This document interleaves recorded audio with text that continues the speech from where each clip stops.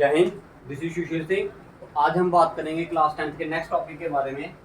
Class 10th का जो topic चल रहे थे वो हमारे फिजिक्स के चल रहे हैं, ठीक है। साइंस के फिजिक्स के लेक्चर चल रहे हैं, जिसमें हमने कल किसके बारे में पढ़ा था, इलेक्ट्रिसिटी चैप्टर के बारे में पढ़ रहे हैं। तो आज ये लेक्चर नंबर है आपका 5th, लेक्चर नंबर 5th। अभी तक हमने क्या क्या पढ़ लिया था, चार्ज के बारे में पढ़ लिया, इलेक्ट्रिक करंट के बारे में पढ़ लिया, इलेक्ट्रिक पोटेंशियल के बारे में पढ़ लिया, इलेक्ट्रिक पोटेंशियल डिफरेंस के बारे में पढ़ लिया, और लास्ट वाला टॉपिक जो हमारा था वो क्या था, ओम्स लॉ। तो ओम्स लॉ क्या बोलता है, कहता है जितना आपका क्या है पोटेंशियल डिफरेंस है वो क्या होगा, डायरेक्टली प्रोपोर्शनल होगा किसके, करंट के। यही बताया था ना कल ओम्स लॉ।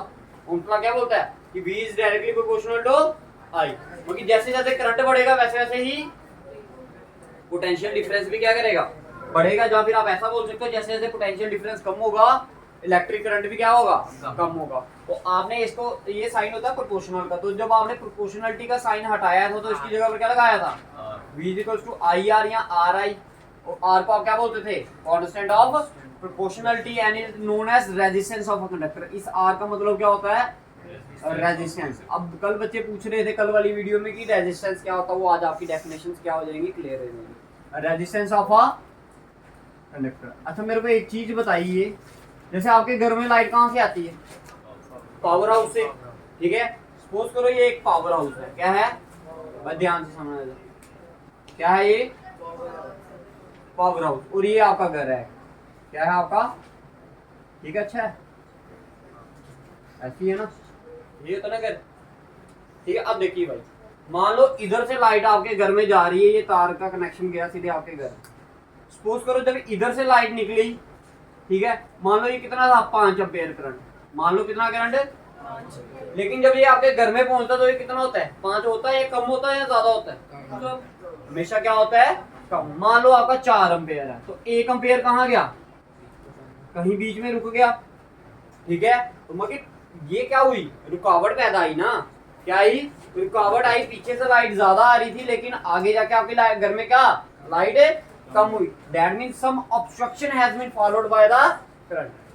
जब आप बोल सकते हो रेजिस्ट हुआ, करंट क्या हुआ, रेजिस्ट, या फिर क्या हुआ, ऑब्स्ट्रक्ट हुआ, OBST, ठीक है। तो बेसिकली रेजिस्टेंस क्या है भाई, करंट को जो फ्लो करने में या चार्ज को जो फ्लो करने में दिक्कत पैदा करता है ना, उसी चीज को आप क्या बोलते हैं। ये एक ऐसी प्रॉपर्टी है जो क्या करती है, करंट को फ्लो करने में क्या करती है, दिक्कत पैदा करती है। या फिर आप बोल सकते हो ये एक ऐसी प्रॉपर्टी है जो चार्ज को किसी कंडक्टर में फ्लो करने में क्या करती है, दिक्कत पैदा करती है। समझ आया भाई सभी को क्या होता है रेजिस्टेंस। रेजिस्टेंस सिंपल भाषा में समझना हो तो क्या, obstruction followed by the current during the flow of a conductor, ठीक है।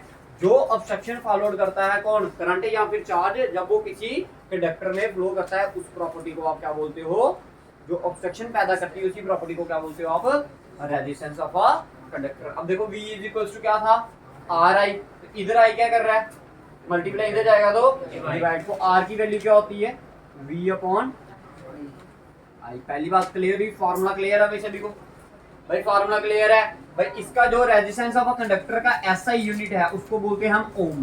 क्या बोलते हैं, ओम। तो इसका जो साइन होता है वो ऐसा होता है, क्या होता है साइन, ये साइन होता है। समझ आ गया सभी को भाई, इधर तक किसी को दिक्कत है तो बताइए।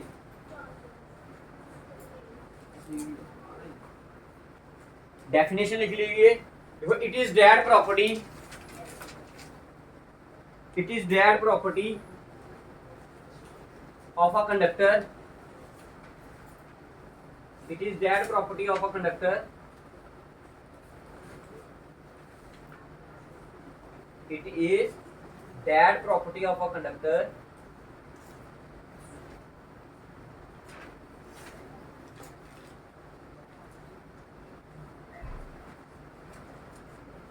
it is that property of a conductor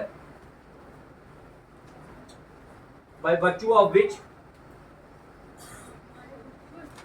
by virtue, VIRTUE, it is that property of conductor by virtue of which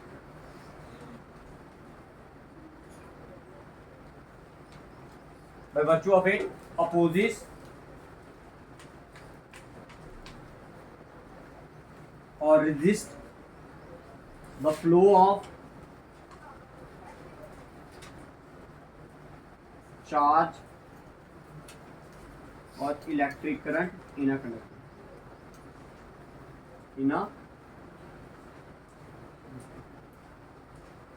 क्या बोला उसने, बड़ी आसान सी भाषा में बोला, कहता है एक ऐसी प्रॉपर्टी है किसकी, कंडक्टर की, जिसके कारण क्या करता है ये अपोज करता है या रेजिस्ट करता है किसके, फ्लो ऑफ अ चार्ज या फिर करंट। ठीक है जी, इसका ऐसा यूनिट क्या बताया मैंने आपको, ओम। ठीक है, अब बताइए पेपर में कि आप बोलोगे कि 1 ओम क्या होता है, 1 ओम। 1 ओम किसको बोलोगे, देखो ये आर की वैल्यू क्या डाल दी मैंने 1 ओम, तो भाई इधर पोटेंशियल डिफरेंस कितना डालना पड़ेगा, 1 वोल्ट, और करंट कितना बढ़ना पड़ेगा, 1 एम्पीयर। कहता है किसी कंडक्टर में हम कब बोल सकते हैं कि रेजिस्टेंस कितना है, 1 ओम, जब उसमें कितना होगा, पोटेंशियल डिफरेंस कितना होगा उसके क्रॉस एंड्स में 1 वोल्ट, और कितना करंट फ्लो कर रहा होगा 1 एम्पीयर। तो तब आप जाकर बोल सकते हो कि उस करंट का, उस कंडक्टर का क्या कितना रेजिस्टेंस है, 1 ओम। 1 ओम रेजिस्टेंस कब होगा जी, जब इस, ये मान लो एक कंडक्टर है, इस कंडक्टर के ये क्रॉस सेक्शनल एरिया में क्या होगा, 1 वोल्ट क्या होगा, पोटेंशियल डिफरेंस होगा, और कितना करंट फ्लो कर रहा होगा, 1 एम्पीयर करंट फ्लो कर रहा होगा। तब जाकर आप बोल सकते हो कि इस कंडक्टर का रेजिस्टेंस कितना है, 1 ओम। डेफिनेशन क्लियर हुई, डेफिनेशन लिख लीजिए 1 ओम की।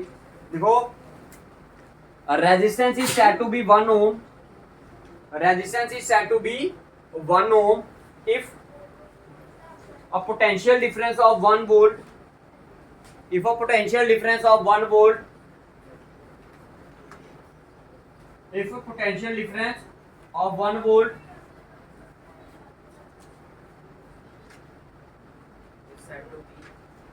is said to be 1 ohm, if a potential difference of 1 volt across the ends of the conductor, across the ends of the conductor, across the ends of the conductor makes a current of 1 ampere.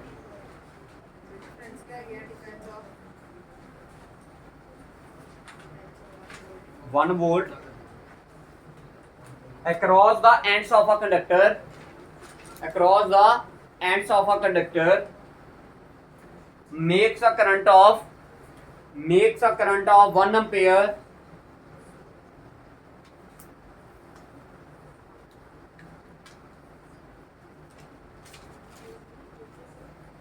to flow through it, to flow through। Simple भाषा देखो, आप खुद बनाना सीखो definition इस फॉर्मूले से। देखो कैसे बनानी है डेफिनेशन, तो ध्यान से, आसान भाषा में। ये तो बुक की लैंग्वेज में लिखवा दिया, खुद की भाषा में कैसे, इधर कहता है resistance is said to be 1 volt if the potential difference across the end is 1 volt and 1 ampere current flows through the conductor. इतनी सी डेफिनेशन, इसको डेफिनेशन को पढ़ना सीखो भाई। Resistance of a conductor is said to be 1 ohm if the potential difference across the end is 1 volt and a current of 1 ampere flows through the conductor. Simple C definition, clear आ गया, समझ आ गया। और resistance क्या होता है भाई, जो obstruction follow होता है क्या, करंट को फ्लो करने में। ठीक है, इसी का अपोजिट क्या होता है भाई, देखो रेजिस्टेंस का ही अपोजिट क्या होता है, आज हमने टॉपिक पढ़ा कौन सा, रेजिस्टेंस। भाई रेजिस्टेंस का ही अपोजिट क्या होता है, कंडक्टेंस। क्या होता है, क्या होता है, कंडक्टेंस। जैसे रेजिस्टेंस को आप आर से डिनोट, ओ इधर समझो सारे, रेजिस्टेंस को आप किससे डिनोट करते हो, आर से। कंडक्टेंस को आप किससे डिनोट करते हो, जी से। किससे, जी से। और इसका फार्मूला क्या होता है जी का, which is it is the reciprocal of R, that mean G is equal to 1 upon R. G is equal to 1 upon R. जितना भी आपका रेजिस्टेंस आएगा उसका आपने क्या कर लेना है, रेसिप्रोकल कर लेना, आपका आंसर आ जाएगा। अगर आपको ऐसा यूनिट पूछी जाए इसकी कंडक्टेंस की, तो क्या बताओगे आप, देखो ओम्स की क्या होती है, रेजिस्टेंस की क्या होती है, 1 अपॉन 1 ओम आ गया। ये ओम ऊपर जाएगा तो क्या आएगा, ओम इनवर्स। क्या आएगा, ohm inverse is the SI unit of conductance. और ये ऑब्स्ट्रक्शन फॉलो करता है, ये ईज करता है, करंट को फ्लो करने में जो मदद करता है उसको हम क्या बोलते हैं, कंडक्टेंस। क्या बोलते हैं, कंडक्टेंस। समझ आ गया भाई? समझ, इसका आएगा ओम इनवर्स। कैसे आइए, नीचे है ना डिनोमिनेटर में, ऊपर जाएगा तो क्या बनाएगा? जैसे आपका नीचे हो 1/मीटर तो ऊपर जाता हो तो क्या बनाते हो आप? ऐसे लिखते हो। या फिर आप इसको देखो, आपने तो ऐसा पढ़ा होगा, स्पीड इक्वल्स टू क्या, डिस्टेंस अपॉन टाइम। तो इसका ऐसा यूनिट क्या बोलते हो आप? मीटर पर सेकंड। कैसे लिखते हो? ऐसे लिखते हो। क्यों लिखते हो नीचे? इसको -1 क्यों लिखा? क्योंकि ये कहाँ था? टाइम कहाँ था? नीचे। अब ये ऊपर जाएगा तो क्या बनाएगा? समझ आया? क्लियर है? कंडक्टर इधर तक समझ आ गया भाई सभी को? ठीक है। अब कुछ फैक्टर्स होते हैं जिसपे रेजिस्टेंस क्या करता है आपका, डिपेंड करता है। लिखो फैक्टर अफेक्टिंग द रेजिस्टेंस। लिखो factor on which the resistance of a conductor depend.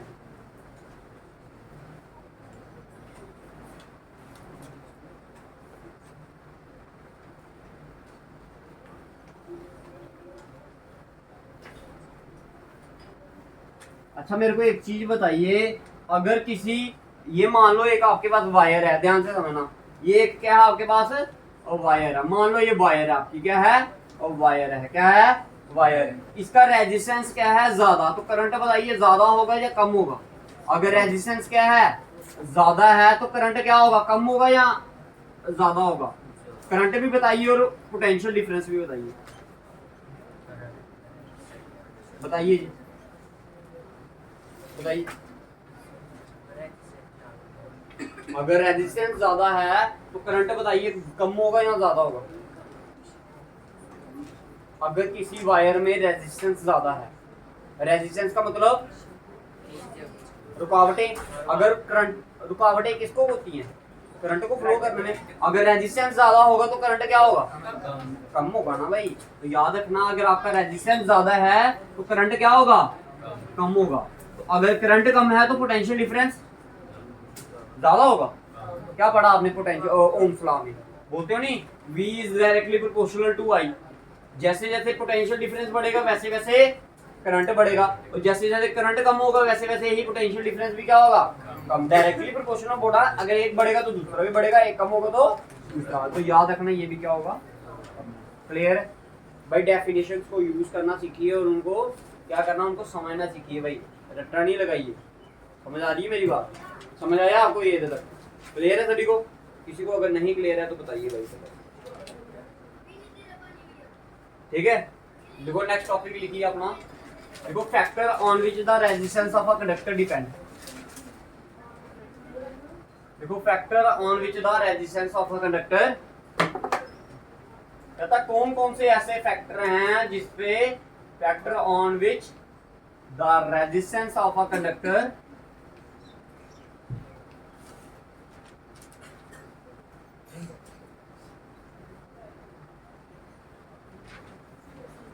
कहता कौन कौन से ऐसे फैक्टर हैं जिसपे रेजिस्टेंस आपका डिपेंड करेगा। तो सबसे पहला वाला फैक्टर लिखिए लेंथ ऑफ कंडक्टर।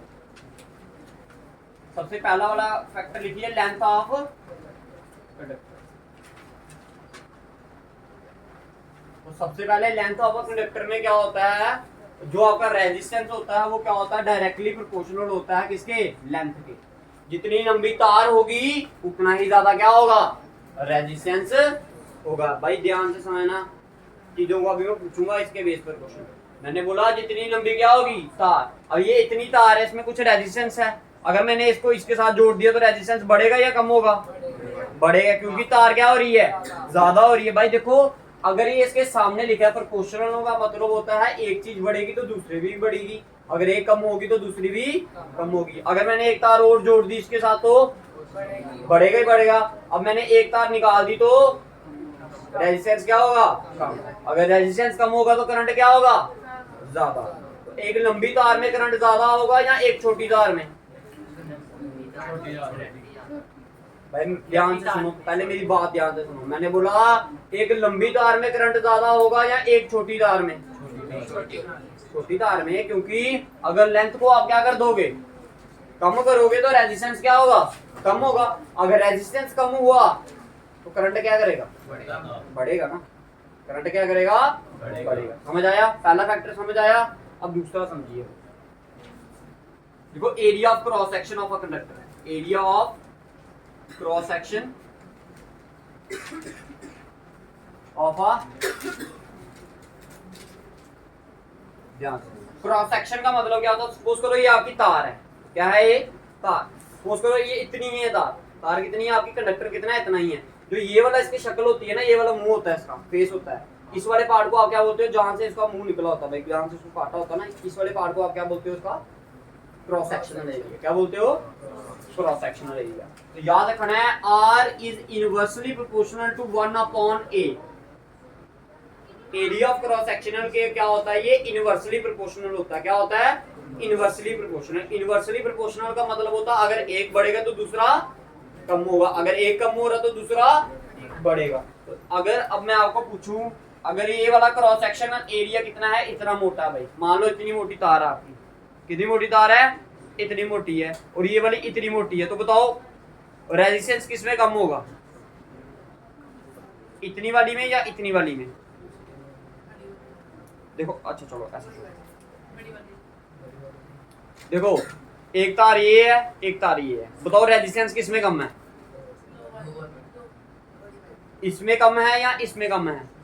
इसमें क्या है? कम, क्योंकि ये वाला मुंह क्या हो गया? इसका बड़ा हो गया।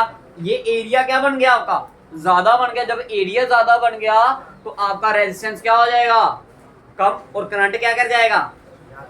बढ़ जाएगा भाई। अगर रेजिस्टेंस कम होगा तो करंट क्या हो जाएगा? इसलिए भाई आपने देखो, अब आपको अच्छे से समझ आएगा, जो पतली वाली तार होती है उसमें करंट ज्यादा होता है या मोटी वाली तार में? पतली वाली तार में ज्यादा होता है। तो मोटी वाली को हाथ लगाना, ठीक है? समझ आई मेरी बात? ठीक है, अब आपको समझ आया वो उनकी जो हाइट होती है वो इतनी ज्यादा हाइट पे क्यों रखा जाता है उनको? क्योंकि उसमें क्या है? करंट क्या है? ज्यादा।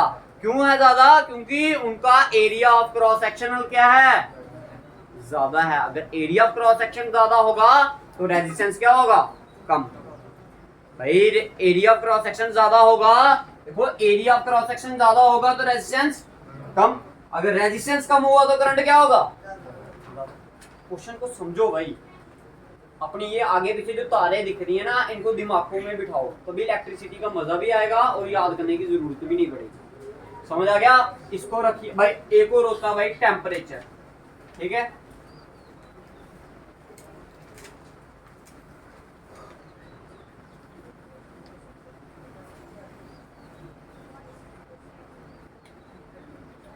ठीक है, एक होता है टेम्परेचर भी होता है आपका, ठीक है? तो टेम्परेचर के रेजिस्टेंस क्या होता है? डायरेक्टली प्रोपोर्शनल होता है। जितनी ज्यादा गर्मी होगी रेजिस्टेंस उतना ही क्या होगा? ज्यादा होगा भाई। टेम्परेचर के क्या होता है? ये डायरेक्टली क्या होता है? प्रोपोर्शनल होता है। कहने का मतलब ये हुआ जितनी ज्यादा क्या होगी?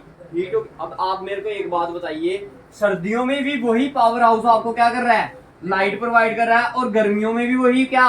ये पावर हाउस आपको क्या कर रहा है? लाइट प्रोवाइड कर रहा है। लेकिन सर्दियों में लाइट क्या होती है?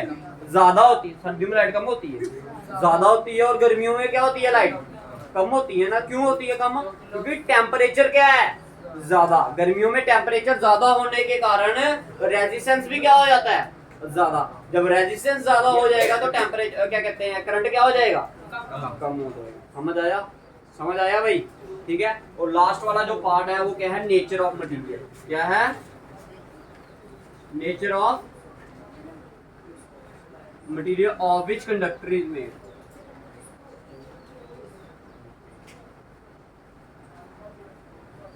कहता है किस मटेरियल का कंडक्टर बना है, उस पे भी क्या आपका रेजिस्टेंस डिपेंड करेगा। कुछ ऐसे मटेरियल्स होते हैं जिनका रेजिस्टेंस क्या होता है?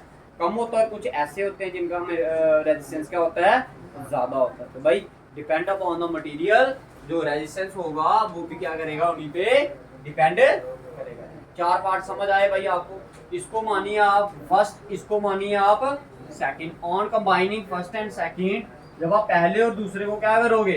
कंबाइन करोगे तो आपका क्या आएगा भाई? R is directly proportional to, आपने लिखना है from first, combine first and second, first and second, R is directly proportional to L but inversely proportional to A।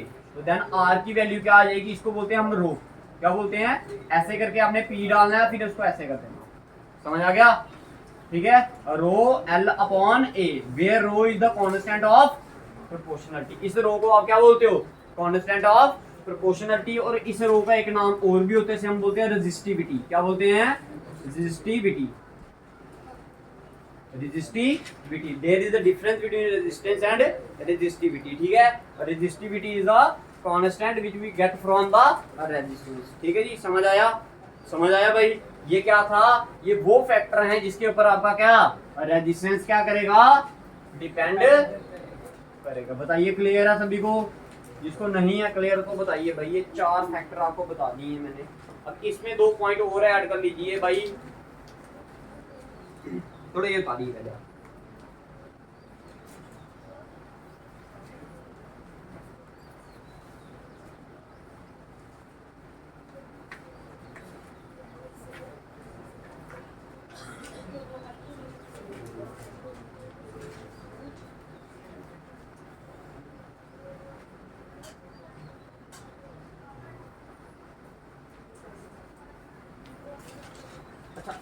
दो डेफिनेशन और आती हैं ओम्स लॉ के साथ ही, वो भी लिख लीजिए। एक क्या होता है ओमिक कंडक्टर, एक होता है नॉन ओमिक कंडक्टर। लिखो conductor which obeys Ohm's law. Ohm's law के साथ है। हाँ,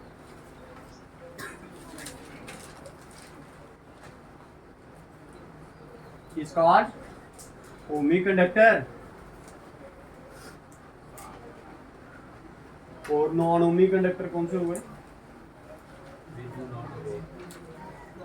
भाई? देखो, ऐसे कंडक्टर जो क्या करते हैं, ओम्स लॉ को ओबे करते हैं, जो ओम्स लॉ के अनुसार चलते हैं, उनको हम क्या बोलते हैं? Ohmic conductor. जो ओम्स लॉ के अनुसार नहीं चलते उन्हें हम क्या बोलते हैं? Non ohmic conductor. एग्जांपल में आपको क्या बोल देंगे? सेमी कंडक्टर्स आ जाएंगे इसके अंदर और डायोड आएंगे।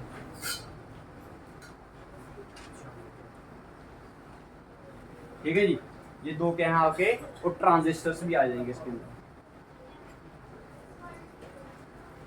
तो कभी आपने कभी कंप्यूटर वगैरह खोलोगे या टीवी वगैरह, मदरबोर्ड होता है ना, मदरबोर्ड, माउस हो गया नहीं, माउस क्या, आपने रिमोट भी कभी कभी किसी का गिरा हो तो उसके अंदर ना एक ग्रीन कलर की प्लेट होती है ना, उसके अंदर छोटे छोटे क्या बने होते हैं, ऐसे सिलेंडर टाइप के क्या बने होते हैं, डायोड बने होते हैं। क्या बने होते हैं? डायोड बने होते हैं। जहाँ फिर क्या बने होते हैं? ट्रांजिस्टर्स बने होते हैं। ठीक है, ये क्या करते हैं? ओम्स लॉ को ओबे नहीं करते। ठीक है, तो ये इसकी एक्सेप्शनल है। ठीक है, अगर बाई चांस पेपर में आपका आ जाए लिमिटेशन ऑफ क्या, ओम्स लॉ, तो आपने बोलना है Ohm's law does not obey semiconductor. ठीक है, आप ऐसा बोल सकते हो semiconductor Ohm's law does not hold for semiconductor, Ohm's law does not hold for diode, Ohm's law doesn't hold for transistors. बस that is the limitation of क्या, Ohm's law. लेकिन जनरली हर एक मेटल आपका क्या करता है? ओम्स लॉ को फॉलो। समझ आ गया? तो ये क्या थे आपके रेजिस्टेंस के बारे में भी बता दिया मैंने आपको, कंडक्टेंस के बारे में भी बता दिया और इसके फैक्टर्स के बारे में भी बता दिया, जिन फैक्टर्स पे आपका क्या रेजिस्टेंस वर्क करता है। अब इसके बाद जो लेक्चर नंबर आपका 6 आएगा उसमें हम 2 चीजें पढ़ेंगे। ठीक है, एक लेक्चर नंबर 6 में हम पढ़ेंगे रेजिस्टेंस इन सीरीज और दूसरा पढ़ेंगे हम रेजिस्टेंस इन पैरेलल। क्लियर है? ठीक है, तो आज का लेक्चर इधर तक ही है। ठीक है, इसके बाद देखेंगे।